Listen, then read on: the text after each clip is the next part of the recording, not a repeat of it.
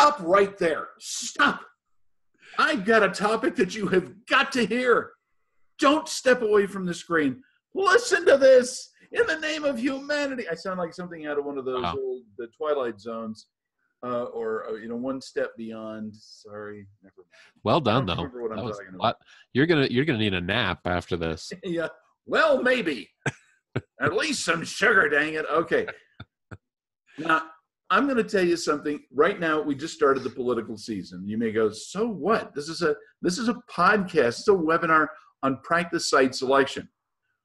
But here's what I've got to tell you that happened this week. And I'm talking online to a bunch of other demographers. They're not in the professions. These are just demographers who look at the data and they talk about it. And there is a weird bunch of things going on, falsehoods, lies, that are being said about demographics, and people are making their business decisions based upon absolute falsehoods. And it's largely by what's politically correct. So I want to kind of go into this, if you don't mind. I'm going to jump in and share my screen with my ubiquitous PowerPoint presentation. Ubiquitous. All right. What does ubiquitous mean, Mike? It means... I bet you it means super fantastic, because that is what your PowerPoint presentations always are. You're playing with me, man. You're just playing with me. Okay, in case anybody out there happened to have been a medical major or something in school, or biology, it means everywhere. Okay, now today we're going to talk about the great political debate and professional practice sites and the impact of demography. Now look, trust me on this. This is important. In a political year, truth is the first casualty. You've all heard that before. There is so much crap going on about what's happening in the country with a politically correct bent. So here's the thing I want you to know. Politically correct is going on, but factually incorrect assumptions. So what people are doing is they're making statements and they're not supporting them. And they're often anti-empirical. Now, I need to explain what I mean by that. I'm sure all of you science types get this. There is the idea that you don't have to prove anything. You can simply make an assumption, and if it sounds kind of good or it sounds like it should be good, people are believing it. Now, I'll give you the obvious one that was in the political debate of this little bit ago. And it was that there is one political party that is going to provide every illegal alien health care. Now, free, by the way. Now, they're not doing that for citizens, but they're going to do it for illegal aliens, and they're assuming that people are not going to storm our borders to get it. I just want to tell you, because almost all of the people watching this are dentists, physicians, dermatologists, optometrists. Look, they're assuming that you are going to provide these services either free or at a discount, because the government is simply not going to be able to pay for it. And some states are making the claims that they're going to be able to pressure the people practicing in their states to provide heavily discounted or free services, and that includes pharmaceuticals. And assuming that that's not going to affect the pharmaceutical market, research and development, everybody, it's a politically correct thing to say, but the truth is it's a lie. Now, let me tell you some woke lies that are being said right now. I'll talk about briefly what these are. You've probably heard fossil fuels are universally loathed. Everybody hates gas and coal. They just detest it. Natural gas, all these things, terrible. The truth is that's not true. The vast majority of people, 1% of the truth. So would you like to have a blackout at some time during your day because the solar grid went down? No, nobody wants to do that.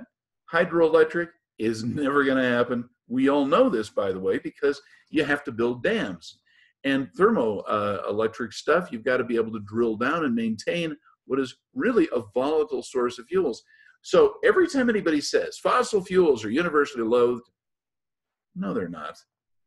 Now, everyone favors a $15 an hour minimum wage is another thing that people are saying is, well, of course everybody loves that. Why wouldn't they want that? Except if you happen to be an employer. Now, every doctor out there has somebody on their staff who is just a bubble off plum. They are not having an elevator go all the way to the top. You hired them because you're being nice or because you're related to them. The fact is they don't deserve $15 an hour. And if they did, you may hire 1 or 2 people in your practice and get rid of the other 7 or 8 that you had, including one of your old partners. The point is, $15 an hour is not favored by everyone, and it's not practical. In fact, as a demographer, I will tell you, looking at the internal studies of the states, cities, and counties where they have created a $15 an hour minimum wage, they're dying. They can't, look, you're not going to be able to go to McDonald's, or that, in case you don't know what McDonald's is, it's a classy Scottish bistro that sells beef. You can't do that for $15 an hour with charging $10 for a Big Mac. Sorry. Another little factoid that is just not true is the car culture is despised. There are people who believe that in city planning, they don't need to build any more parking lots. Now, last week I talked about the starvation that they're having on roads, the fast. Guys, it is not happening. We are still dependent on the car. We are going to continue to be dependent on the car. The economy runs upon people buying and selling cars. Now, people are retaining their cars far longer than ever before, but those cars run cleaner and more fuel efficiently than ever in history. So look, the car culture is not despised, and it's not going to disappear. I don't care what happens in Norway. Article just appeared yesterday that a very large percentage of people are buying electrical vehicles. Unless they're subsidized, guys, no one can afford them. Now, even an oral surgeon can't afford them. Now, by the way, for the oral surgeons out there, I'm kidding you, right? Okay.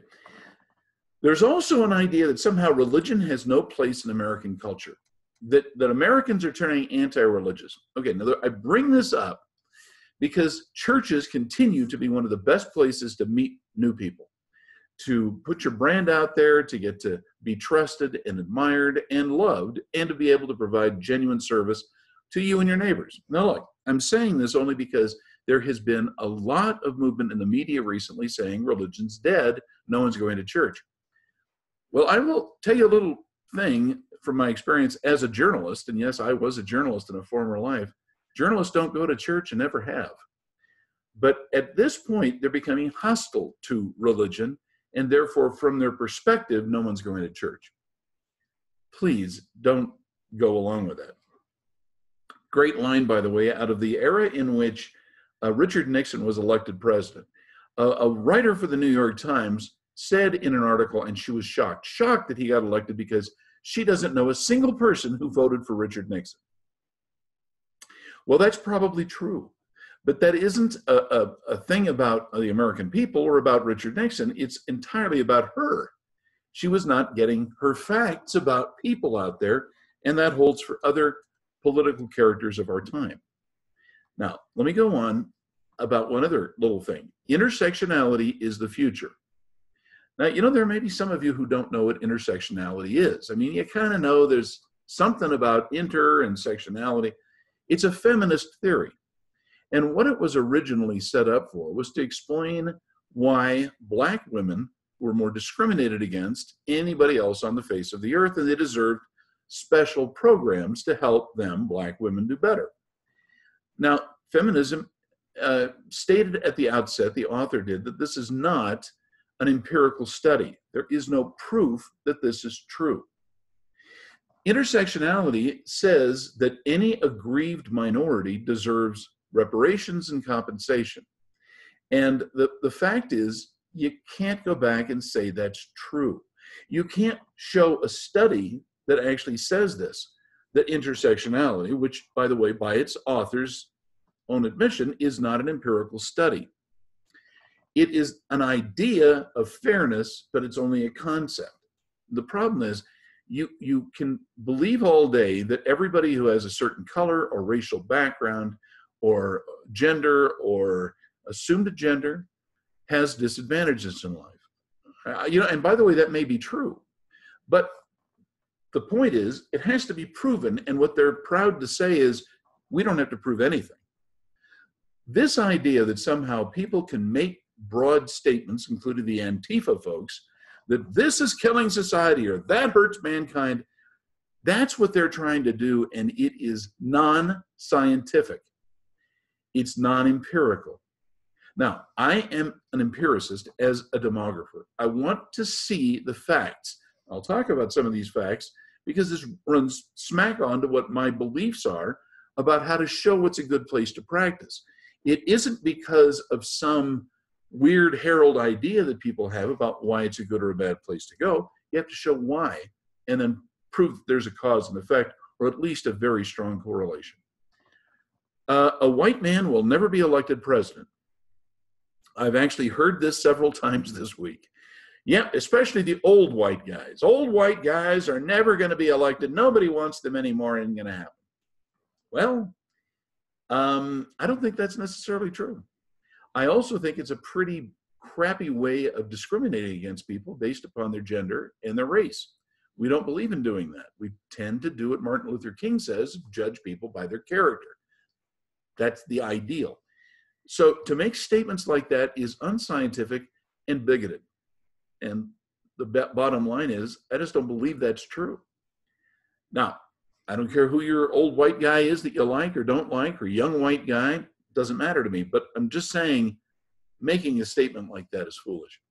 Also, people are saying things like this, that apartments are what everyone wants, especially the young. The young all want to live in high-rise apartments in the middle of a city, and they don't mind paying a lot of money for it. Horse manure. Demographers all know that that's exactly not true. And again, that empiricist inside of me says, that's not how people are acting. So let's talk about where the folks are fleeing. Are they really running away or not? And one of the very simple indices that I like to use as proof is the Uhaul Index. Now, for those of you who know about Ryder trucks or U-Haul, they're rental mover vehicles. Typically, you move it yourself. They charge differently for one-way trips, and the less desirable a location is, the more they will tend to charge. So for a U-Haul to go the same distance in one direction, it's $110 for a day. In another, it's $1,500. Now, by the way, those are not the minimums. That's what the average difference between a good and a bad place to go is. Now, if people say, where should I put my practice? An empirical exercise is to look at the Uhaul Index and say, where does everybody want to go? In other words, where is the lowest price to rent a one-way trip in a truck? That's going to tell you where people are going and why they're going. That's what this index is all about. So you want to know where places that the media and even some popular demographers are saying, this is where everybody wants to go. I'm going to give you the most expensive places in the United States to go. Based on the Uhaul Index, all 5 of the top ones are in California. And these are in reverse order. Los Angeles, Oxnard, Thousand Oaks, San Diego, San Jose, and the most expensive place to rent a U-Haul is San Francisco. It is not because everybody's going, you know, I just love San Francisco. Those trolley cars, the sourdough. Look, I get it. The thing is, people like to visit there, but even the conventions that used to be so popular to go to in San Francisco are not doing well. I won't say anything about what particular meetings are having the biggest problem. I'll simply say, yeah, there's a problem because people don't want to bring their kids to some of these cities that they used to. They're expensive, they're high crime, and they're kind of gross. Now, where are people saying they want to go? The new sexy are Michigan, Nebraska, North Carolina, Nevada, Idaho, just to name 5. Now, nobody thinks that Nebraska is the place that everybody's going, man, I really want to go to Nebraska. Or Nevada, oh, Nevada is so nice. No, it's because these are the places where growth are going on crazy fast. You can afford to buy a house. Plus, if you happen to be a doctor and you're trying to make the most amount of money, these are places that have a good return on any business investment. But they're not the only ones. I'm just saying this is what keeps coming up on the lists. And they are, as I refer to them, the new sexy. Now, if you want to know how good one place is versus another, I want you to set up a telephone consultation with Mike and I want us to be able to look the data up and to tell you why it's a better or worse investment to go to these places. This is something I brought up last week. Thomas Sowell, the economist, brilliant, brilliant man. said there's a thing called stage one thinking. He wrote this in Applied Economics. Stage one thinking is where you say something that kind of sounds kind of cool, but it's cool because you want it to be cool, not because it is cool. Giving money to illegal aliens. Hey, I used to live in El Salvador. Many people from El Salvador, well, they're almost all moved to California, but the point is, they were wonderful people. I liked them, but their government was a mess. They had so many difficulties. Stage one thinking means I'm just going to give them money and they'll be happy and go on their way and there won't be any implications. That's not good thinking. All right. I want to make sure you are signed up for our podcasts. We have a weekly webinar, which you're watching, and podcast, which is an audio program that deals specifically with the issue of the perfect place to put a practice. I want you to sign up for it. Mike, anything you want to add? No, I don't want to add anything. I've given you plenty of time, Mike. Right. I think you have significantly gotten the bee out of your bonnet this morning on this stuff, which is good. I'm glad that you had this opportunity. Yeah. Part of my therapy, dang it. Yes. And you are, for an older gentleman, the most woke older gentleman I've ever known. So, and I mean that as a compliment. I'm not sure I can take that as a compliment, but thanks. But okay, but Mike, here's the thing that I really emphasized with you when you first started with us. We don't say anything to clients that we can't back up. That's true. That doesn't appear to be the case. And sometimes, especially when people start writing about locations and practices and things like that, they'll say things they want to be true, but may not be. Now, you have always been very honest with everybody. Yeah. One of the few people that I know can actually say, this is just not good. Don't do that. And frankly, it's not an easy thing to do sometimes, right? I don't want to be the crusher of hopes and dreams, but sometimes that is the case, and that's what you're paying us to do. And there are some areas of the country that demographically we don't recommend. And does that always mean that it's a no-go? No, it doesn't necessarily mean that, because there are always factors that go beyond demographics. Are you from that area? Was your dad a doctor in that area and is the legacy practice owner? A lot of those things can outweigh some of those negative demographic features. Right. But nonetheless, our clients hire us to tell them the truth, and we do. Right. Speaking of which, go ahead. You had something. I was just going to say, we have to talk after this thing because I want to make sure that we get a couple of those points firm with a client or two of ours. But anyway, we'll talk about it later. Perfect. Okay. Perfect. Take it away, Mike. So I want to talk about something completely shifting gears. There are certain times of the year that I go beyond talking about kind of general marketing things, and I want to talk about something very specifically. And today is one of those things, partly because it is the beginning of a new month and a very important month, especially if you are a doctor that is wanting to sell dental implants in your practice. Dental implants is something that there are many, many doctors who call us wanting marketing advice, and the key thing that they're wanting to promote in their practice is more dental implants. Why? Because they can be very, very profitable.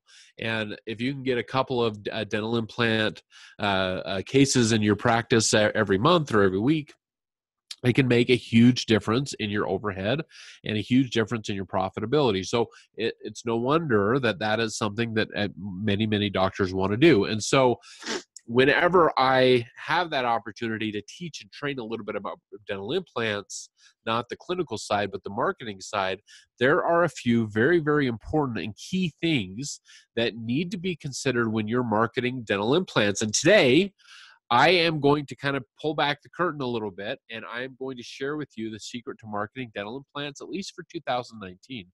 Now, I have done a tremendous amount of research on this topic, and I'm going to share that with you today. The first thing, though, before we dig into it, I want everyone to be clear that Luke Skywalker was the new hope, but hope is not a marketing strategy. Hope is is something that unfortunately a lot of doctors do when they market for dental implants. They will go out and say, I am going to spend $5,000 on this direct mail campaign, or I am going to take out these Facebook ads, or I am going to do this or that. And I hope and pray that I am going to get some leads and some new patients from this campaign. And every day you look over to your front desk person kind of uncomfortably and you say, hey, does anybody call from that direct mail that we sent out?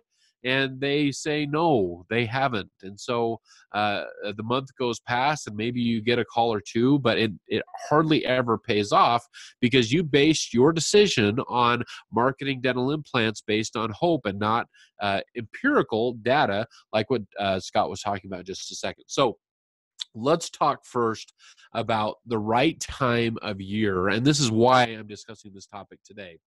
There are essentially 3 months that are the hottest months of the year to market dental implants. That is January, February, and July. Those are, if we look over the past 9 years, almost 10 years, that empirically has been the hot times of the year when there is the most interest on Google for people searching about dental implants. Now, dental implants is one of those things that people typically research a little bit before they'll call the office. They're trying to find out how much does it cost? What am I going to look like? Is it going to hurt? Am I ready for a dental implant? Do I need one? They're going to do all those research phrases because when they call you, they don't want to look like an ill-informed potential customer, and they want to make sure that they know the right questions to ask. And so they are going to be doing a lot of research. And so Google is a great indicator for us of when those research phrases are being utilized and when people are thinking about dental implants. Now, it's much easier for you to be the provider of that information and to deliver the right message and the right offer when their interest is already peaked. Now, does that mean that in the middle of March or the middle of November that people aren't going to get a dental implant? Not necessarily. But in marketing, we want to strategize when we deliver our marketing, our message, our offer to the right time of year. And that is, again, of the 3 months out of the year, January, February, and July. Which today is July 2nd.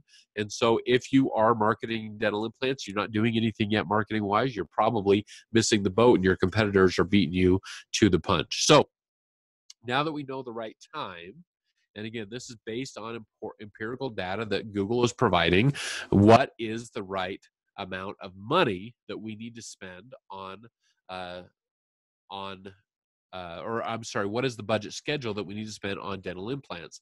Because it feels like we're burning money. It feels like we're just kind of putting it out there, especially if you've done a direct mail campaign, you're not seeing the results. This is probably a lot what you felt like with your marketing team. So let's talk about that budget schedule. You should be really, really strong right after the first of the year. I would say if dental implants is something that you're wanting to promote and provide within your practice, probably 40% of your outbound, your external marketing budget ought to be specifically based on dental implants and that service during those 3 months. So you want to start really strong through the first of the year through February. You want to start tapering it off. You don't want to shut it off March 1st. You want to start tapering it off. So by the end of March, you're pretty much not spending any external money because hopefully you've gotten the cases that you need to sustain you through. You want to turn it back on in July. You want to make sure that you have a strong budget during that month. And then again, taper off through October. By the time you're November 1st, you frankly don't want to be spending anything on dental implants. Now, depending on where you are in the country, your cost per lead is going to be different. I've seen some parts of the country where you can get a good dental implant lead for as little as $1.50, $2 per click. And there are other parts of the country that are a little bit more competitive that you're going to pay, frankly, $10 to $15 per lead to get that dental implant. And when you finally look at the conversion of actually getting a patient in your chair, you may be spending anywhere from $10 to $100, depending on where you're at and the competition level that you have in the country. So if we were to look at that country map, we could kind of see the different areas where dental implants are the most searched. And you can kind of get an idea from this map of where those searches are happening. But let's talk about a couple areas specifically that are very, very strong when it comes to dental implants. So increased interest about 200% over the last couple years in the following areas. So Florida has been huge. Tampa, St. Petersburg, Sarasota, West Palm Beach, the Fort Myers, Naples area.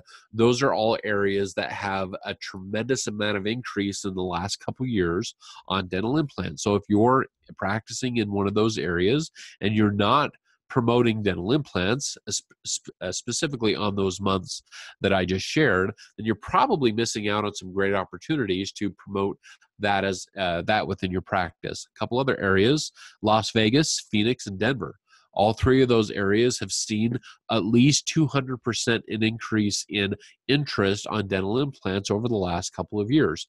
That is partially because some new blood, some new, more savvy marketers have come into that market over the last couple of years, and they have brought that to the attention of the public a lot more than they had a couple of years ago. And so that has increased public's attention on that particular thing.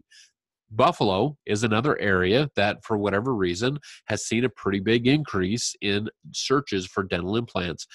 Very, very important. And there's not a lot else going on in Buffalo. But if you're in that area, you probably have a good opportunity to land some more dental implant patients. A couple other areas quickly of note: Kentucky, Georgia, and my gosh, New Jersey. Finally, you have something to grab onto. These are three areas that have shown a lot of interest in dental implants. And so again, if you're in one of those areas, and not that an area that I haven't mentioned that you don't have opportunity, but these ones are definitely standing out when it comes to Google searches. Now, what exactly are they searching? What keywords are they using? And so the ones I'm going to give you are what you should be optimizing, or what your marketing team should be optimizing for your campaigns and your offers going out, because this is what the public is asking for. These are the top phrases that are being used. Cost dental implants. Almost every single time we're seeing a money-related search when they're starting their research phase. They want to know how much a dental implant is costing. They're just typing in dental implant. They're typing in dental implant insurance. They're typing in tooth implants. They're typing in dental insurance. These are our top phrases that are yielding dental implant results that you need to be optimizing to, both on your paid traffic and your organic traffic to your practice. Now, if you are sitting there in your seat and you are saying, man, I'd like to get me some of that sweet action in my practice, but I don't know how. I don't know what some of these words are that Mike's used, such as paid traffic or SEO or organic traffic or some of these things, but you know that you want to get some of that action in your practice. Let me just take a second. I know I've talked about this before. Starting August 1st, we have a new group of Dental Mastery, Marketing Mastery students coming through our process. This is a 12-week, very intense, awesome process that will take you and raise your marketing IQ within your practice. You will not only watch a bunch of training videos that we have created on various topics, things that you need to know, such as marketing dental implants, marketing other services within your practice, but you will also have a tremendous amount of time with me to help you refine those skills within your practice, help you hone what your unique selling opportunity is going to be for you in your area. Be able to take the demographics and flex that muscle that Dr. Demographics provides and apply that to the marketing opportunities that you'll have. Trust me, you go through this process, you will know more about how to market to the area that you're serving, far more than both your competition will know and probably your marketing agency will know as well. So if you are interested in the Dental Marketing Mastery Program, please email me at mike@drdemographics.com. We are only going to take 5 students this time around. So if you are interested in being in one of those 5 seats, please email me soon, mike@drdemographics.com.